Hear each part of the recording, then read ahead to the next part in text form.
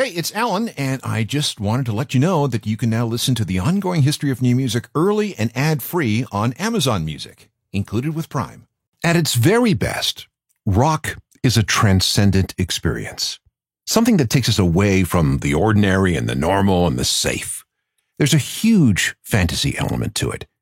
Done right, rock removes us from this universe and transports us someplace completely different where anything could happen. At least for a little while.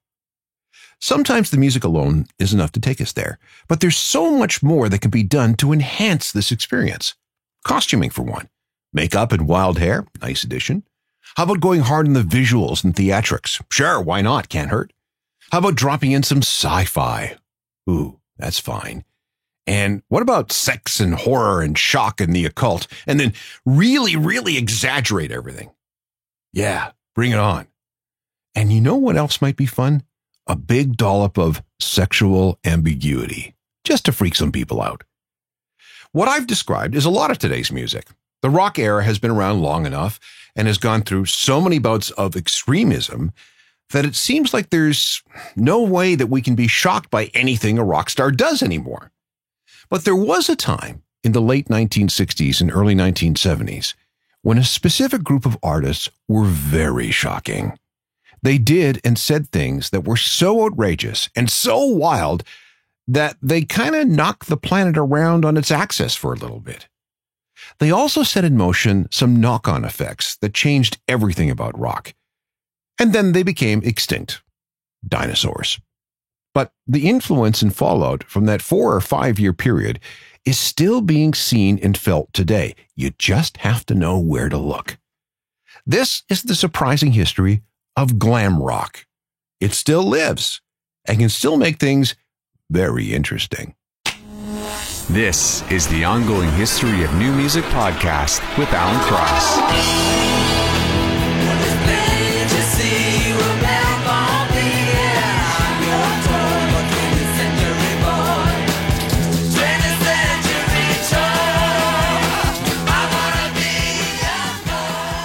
T-Rex, led by guitarist Mark Bolan and one of David Bowie's good friends.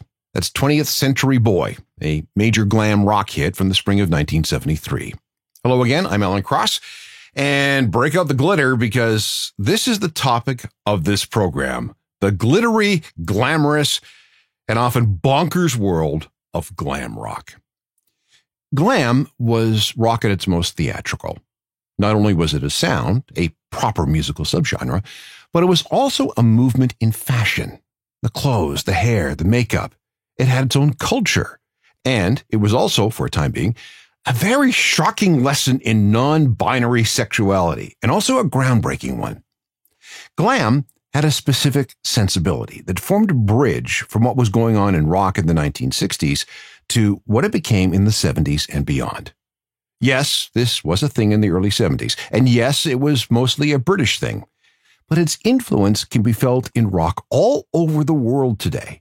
Kind of like confetti or glitter thrown at a wedding that always ends up somewhere in your clothes, or maybe sand in your bathing suit. That's another good example. It just keeps showing up everywhere in other forms of music in little tiny bits. And in some cases, important, influential, and long-lasting genres that we enjoy today would not exist for the glam period between about 1971 and 1975. And this is why it's worth looking at. First, though, some history. How was this flamboyant style of rock born? Well, believe it or not, its roots go back to probably the 1930s.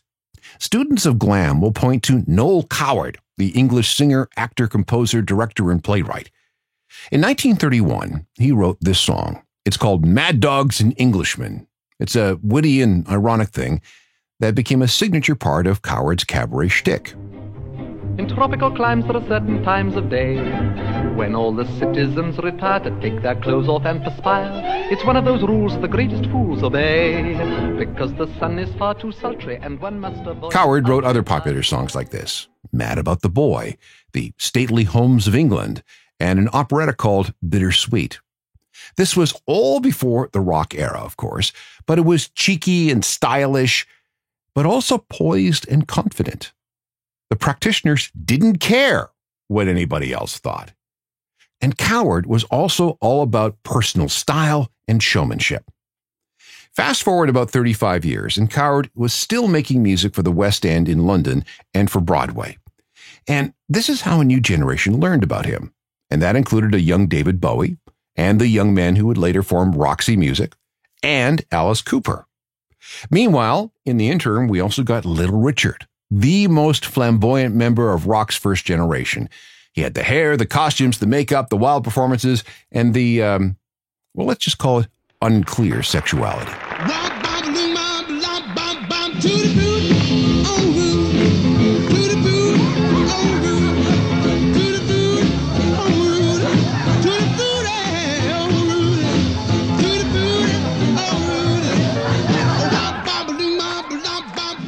Others followed. Vince Taylor and the Playboys, Anthony Newley, Billy Fury, Jacques Brel. They all sounded different, but they all had a specific sort of fabulous style about them. By the end of the 1960s, rock was getting more sophisticated and much more complicated because it had all these new tools, instruments, amps, effects pedals. Studio technology had made big leaps, and musicianship among rock players had improved too. And maybe a little too much.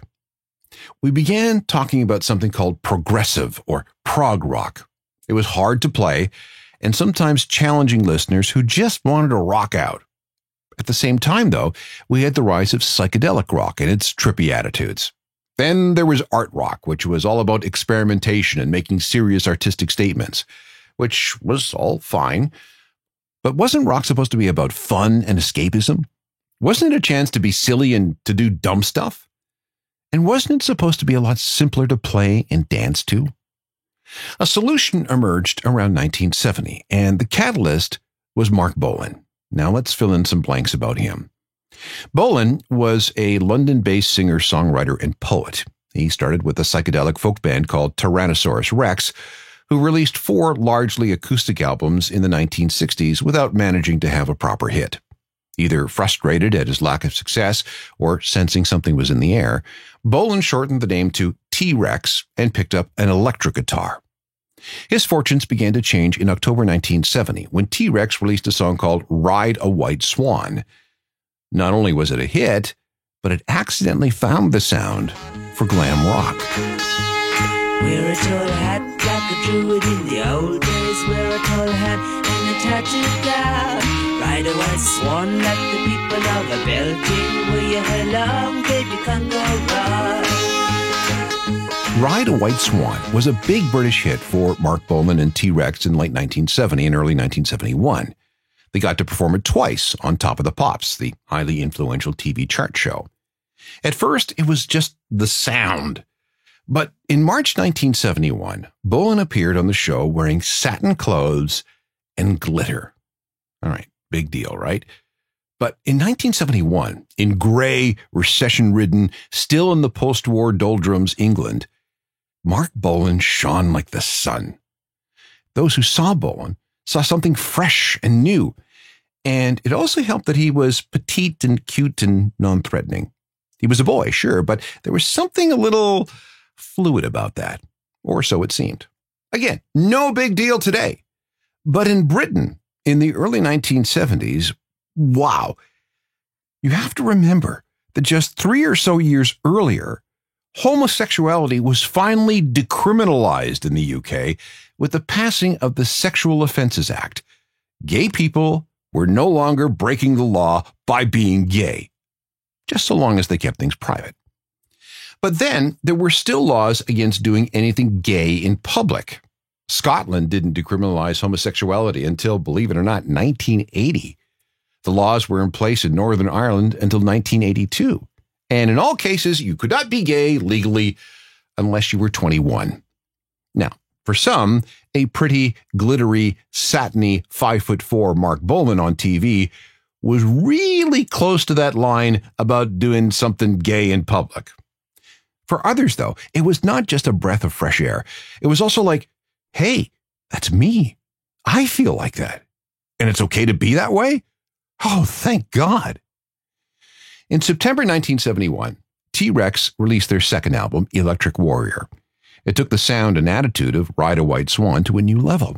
It was fun, funny, cartoony, full of fantasy, and just naughty enough to capture the attention of a lot of people.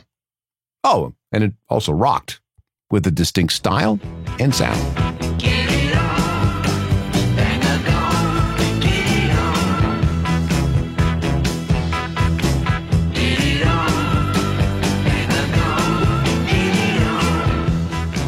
Bang a Gong, a major hit single for Mark Bolan and T-Rex in the UK and a radio hit for FM rock stations in North America. Electric Warrior, I think we can say, was the first glam rock album. The record was also heard by the right people. A young Robert Smith, who would later form The Cure, was completely besotted by Electric Warrior and Mark Bolan. So was his future bandmate Lol Tolhurst. Paul Weller, soon to form The Jam, loved it. In America, a kid who would be later known as Prince was taken by it. But Bolan's biggest fan was an emerging artist named David Bowie. Now, he too had been a folk singer in the 1960s. In 1969, he had a minor hit about an astronaut named Major Tom. He also sensed that there was change in the air. Bowie and Bolan became close friends. He developed a new appreciation for short, sharp pop songs. And Bowie was also developing a very interesting and daring fashion sense. He'd already been messing around with some ideas. In 1970, around the time Mark Bolan was gaining fame with Ride a White Swan, Bowie had a band called Hype. They began appearing in interesting costumes. They all had superhero outfits made from shiny material and augmented by thigh-high boots. Bowie's came complete with a cape and the word Rainbow Man sewn on his chest. It was all very different from the other bands of the era with their long hair and jeans and hippie attitudes. Bowie took his friend's glam ideas even further. For him, being just David Bowie wasn't enough. He invented an entire character, completely rooted in glam rock concepts that borrowed from the outrageous behavior of another new friend, Iggy Pop, who was doing all kinds of extreme things in America with his band, The Stooges. Bowie had also met Lou Reed. He was a fan of both Reed's band, The Velvet Underground, and Reed's New York artsy, scummy solo persona.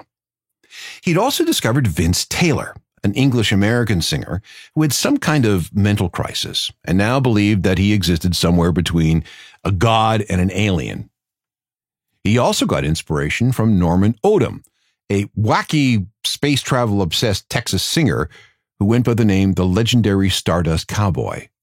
So, Bowie, taking all this information, changed Iggy to Ziggy and adopted Stardust as a surname. And thus, Ziggy Stardust was born. All right, how do we begin to summarize the impact of Ziggy? Well, first, this was the move that brought Bowie out of obscurity after almost a decade of dead ends. Second, Bowie/Ziggy took rock to new heights of theatricality. We were asked to believe that Bowie was this doomed spaceman with a messiah concept who might have had something to do with populating the earth with Japanese-style kabuki actors. Bowie also saw Ziggy as a way he could explore fashion, his background as a mime. Yeah, Bowie did, in fact, train with a professional mime in the 60s. He was also concerned about experimenting with art and sexuality. And here's a quote. "I think glam rock is a lovely way to categorize me, and it's even nicer to be one of the leaders of it." Ziggy was also a sharp move away from the hippie culture of the 1960s. At the time, there were concerns about war, the environment, the pernicious effects of advertising and big business and television, and all the artificiality in the world. Ziggy's clothes were inspired in equal parts by what we saw with the main characters in the film A Clockwork Orange, very contentious at the time because the film was actually banned in the UK for all its depictions of violence and sex, and a Japanese designer named Yasuko Hayashi. Then there was the hair. Bowie had this striking mullet that he'd seen in a fashion magazine called Honey. He also spied a couple of interesting photos in the French issue of Vogue. He met with a hairdresser named Susie Fussy, his mother's hairstylist, at a salon called Evelyn Page, if you can believe it. Mom actually recommended Susie to her son, and using those photos, the Honey shots for the front and the Vogue shots for the back and sides, They created the famous Ziggy Stardust puffball. And for added effect, Susie dyed it red, specifically a shade known as Schwarzkopf red, augmented by an anti-dandruff treatment called Guard to make it stiff and upright. It would eventually become the haircut of the era, much like we saw with Princess Diana's do in the early 1980s and whatever Jennifer Aniston did with her head in the 1990s. The difference was that the Ziggy do worked for both men and women. In early 1972, Bowie began laying the groundwork for what was to come. He gave an interview to Melody Maker, one of the big British music weeklies. The title of the article was, "Oh, You Pretty Thing." It was front-page stuff. Let me read you from the January 22nd, 1972 issue. David's present image is to come on like a swishy queen, a gorgeously effeminate boy. He's as camp as a row of tents, with his limp hand and trolling vocabulary. I'm gay, he says, and always have been, even when I was David Jones. But there's a sly jollity about how he says it, a secret smile at the corners of his mouth. He knows that in these times, it's permissible to act like a male tart, and that to shock and outrage, which pop has always striven to do throughout its history, is a ball-breaking process. And if he's not an outrage, he is, at the least, an amusement. "Why aren't you wearing your girl's dress today?" I said to him. He has no monopoly on tongue-in-cheek humor. "Oh dear," he replied, "you must understand, it's not a woman's. It's a man's dress." Okay. Then, on February 10th, 1972, David Bowie debuted the Ziggy character at the Tory Jug Pub in London. He was a very minor pop star at this time, so there was almost no one there. But soon, everyone would be paying attention. So we bitched about his fans and should we grudge his sweet hands. David Bowie and Ziggy Stardust.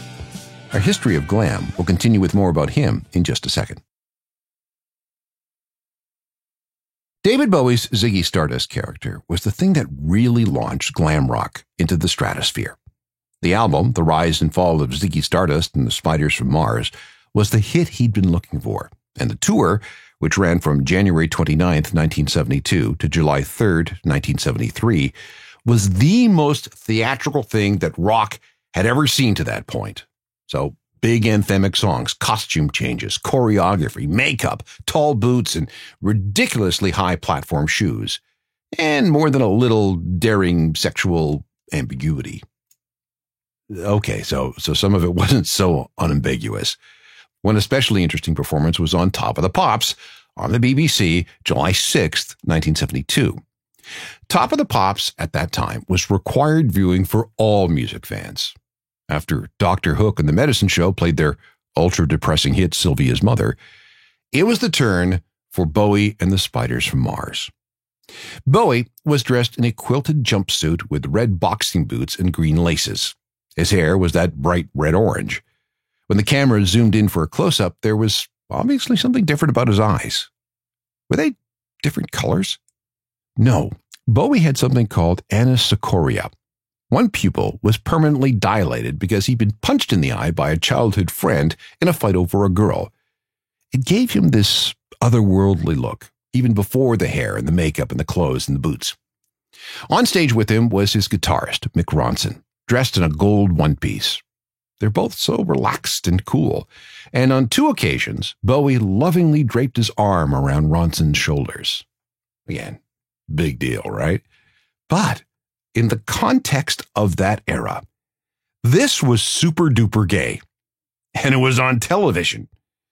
For 3 minutes and 55 seconds, viewers of Top of the Pops were treated to something that they'd never seen before, and the next day, Ziggy clones started appearing on the streets.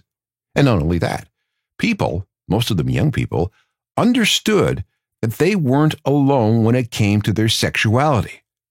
Once again, they watched Top of the Pops, and they saw someone just like them. There's a starman waiting in the sky. He'd like to come and meet us, but he thinks he'd blow our minds. There's a starman waiting in the sky. There we go, July 6th, 1972 on the BBC.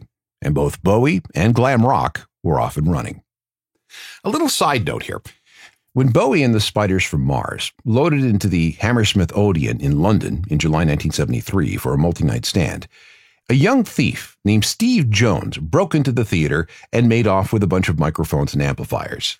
That's the same Steve Jones that would later be the guitarist in the Sex Pistols.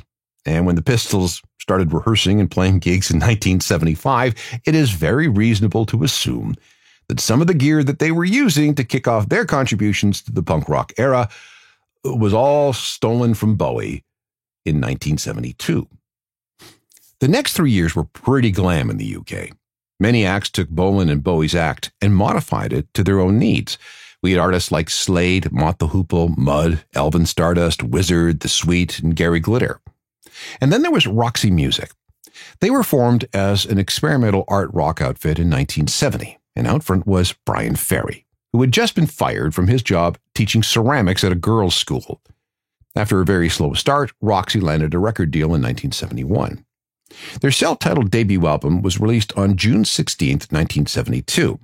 Like Bowie and Bolan, they were very fashionable, very glamorous, very artsy, with references to film and other cultural touchpoints, and not afraid to venture into the avant-garde. It was futuristic and retro, sexy and standoffish, silly and serious. I mean, this is a band that released a single about a brand of cigarettes. Take me on a roller coaster. Take me for an airplane ride. Take me for a 6-day window. Don't you pull my ride side by side. What's real and Roxy Music and Virginia Plain, part of the North American release of their debut album and a standalone single in the UK. This was all very appealing to a growing number of music fans, especially in Britain, who did not like the current state of rock. Like Bowie, Roxy Music attracted the attention of kids who would soon become Britain's punks. They especially liked that the critics weren't crazy about Roxy Music. Let me give you a quote from a review in Cream magazine out of Detroit in 1973. From the drag queen on the corner to the fop finery in the centerfold to the polished deformity of the music on the record, this celebrates the kind of artifice that could come to seem as unhealthy as the sheen on a piece of rotten meat. Wow. Right now, though, it's decorated with enough weird hooks to earn an A for side 1. Side 2 leans a little too heavily on the synthesizer, played by a balding, long-haired eunuch lookalike named Eno, without the saving grace of drums and bass line. Okay, so that's pretty rough. But it's also delicious stuff for music fans who gravitated to albums that other regular music fans hated. And yes, that Eno in the review is Brian Eno, who would later invent ambient music and become one of the world's most successful record producers for, a couple of little acts like U2. Given Roxy's influence on British punks and later British goth kids and new romantics and avant-garde types of all sorts, Sex Pistols, Susie and the Banshees, Duran Duran, The Smiths, Talking Heads, Radiohead, Human League, and dozens more, it's not an exaggeration to say that Roxy is one of the most influential British bands of all time. And let's not forget, Roxy was a glam band. oh, catch that buzz. Love is the drug I'm thinking of. Oh, can't you see? Love is the drug for me. Glam peaked sometime around 1974. Bowie dumped Ziggy for his Aladdin Sane character, which continued down more or less the same path. We had groups like Sparks. Glam seeped into other areas of rock beyond just punk and all the other post-punk genres. Elton John's wild costumes? That's glam rock. Freddie Mercury's flamboyance with Queen? Glam rock. Kiss and their makeup shtick? Definitely glam rock. Richard O'Brien is said to have listened to nothing but glam rock when he wrote the musical The Rocky Horror Picture Show. You know who also adopted the trappings of glam? Check out any live photos of the Rolling Stones in the middle 1970s. Look at how Rod Stewart was dressing.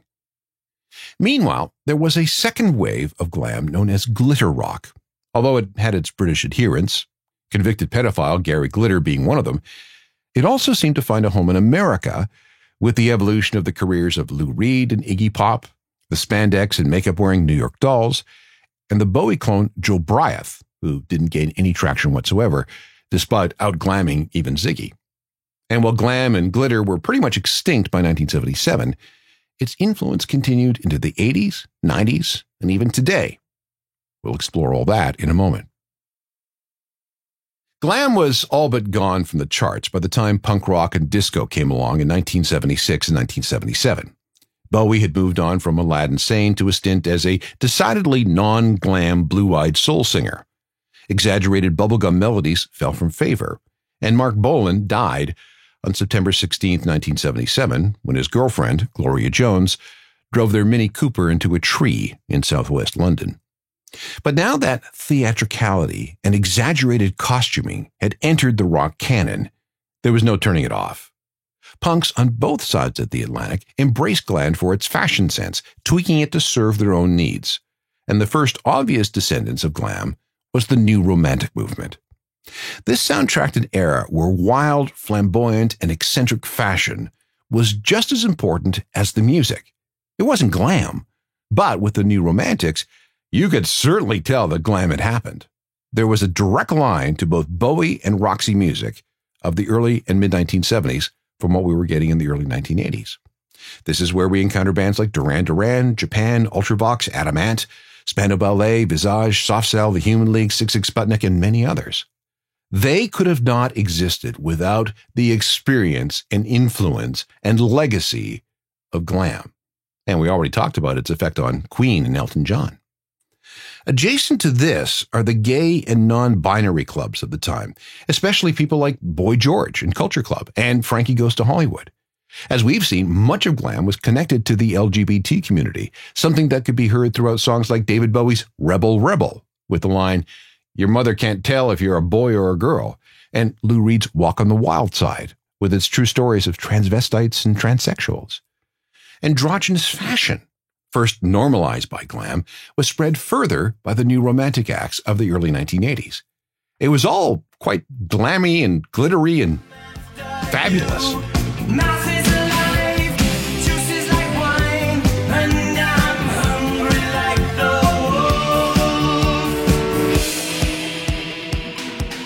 wolf. And the glam influence didn't stop with the sharp-dressed synth kids. Goth, which started to gain traction in 1979, was also very theatrical and also very fashion-forward, or backward in this case. No glam, no goth. You might even want to say the same thing about industrial music. Now, while most of North America's exposure to glam came through Bowie, it was enough to influence a plethora of new wave bands. I'm looking at you, B-52s. There was also second-hand exposure via bands who ran with the riffy guitars of glam. This heavier variant was known as glitter rock in the United States. This is where we meet Kiss and Cheap Trick and Quiet Riot. Def Leppard had a piece of this. We could also make a very strong case for Prince being influenced by aspects of glam culture. Then we get into hair metal. The big hair, the dudes looking like ladies, the makeup, the spandex, and the stomping good time party all the time songs. It's all very glam rock, isn't it? Put 1985 Motley Crue next to 1973 Slade, and you'll see that they're cut from the same cloth. From there, it's just a short hop to glam metal, Rat, Twisted Sister, Poison, Skid Row, Cinderella, Steel Panther, and many more. And then we have acts like Suede. When they showed up in the early 1990s, it took all of 2 seconds to understand that they were equal parts Bowie, Roxy, and glam.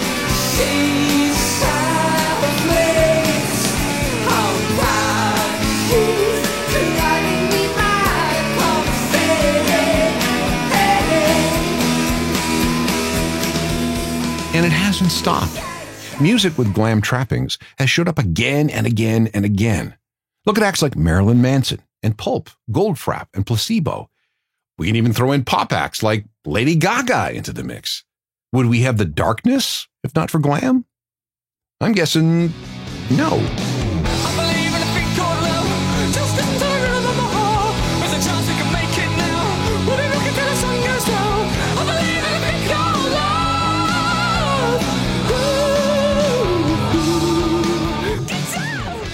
Glam was not around for very long. we can charitably put its moment in the sun from 1971 to 1975. Glam was primarily a UK thing, too. Outside of Bowie and perhaps Roxy Music, that's all North America got. Yet glam's influence is spread to all corners of the rock and pop world. Like I said at the beginning, every once in a while, it's nice to see a little extremism, flamboyance, and theatricality with rock. And every time that comes back into fashion, glam's DNA is present. Not bad for a short-lived regional thing, huh? If you want more of this kind of background to our music, there are hundreds and hundreds of ongoing history shows available on demand as podcasts. They're all free, and you can download them wherever you get your podcasts. And while you're there, grab a few episodes of Uncharted, Crime and Mayhem in the Music Industry. That's my Music Meets True Crime podcast. Let me know what you think. We can connect on most of the social media networks. I'm always updating my website with music news and information at ajournalofmusicalthings.com. It comes with a free newsletter, and you can always email me about absolutely anything, except relationship advice. I'm pretty crap at that. I'm available through Alan and AlanCross.ca. Technical production is by Rob Johnston. I'm Alan Cross.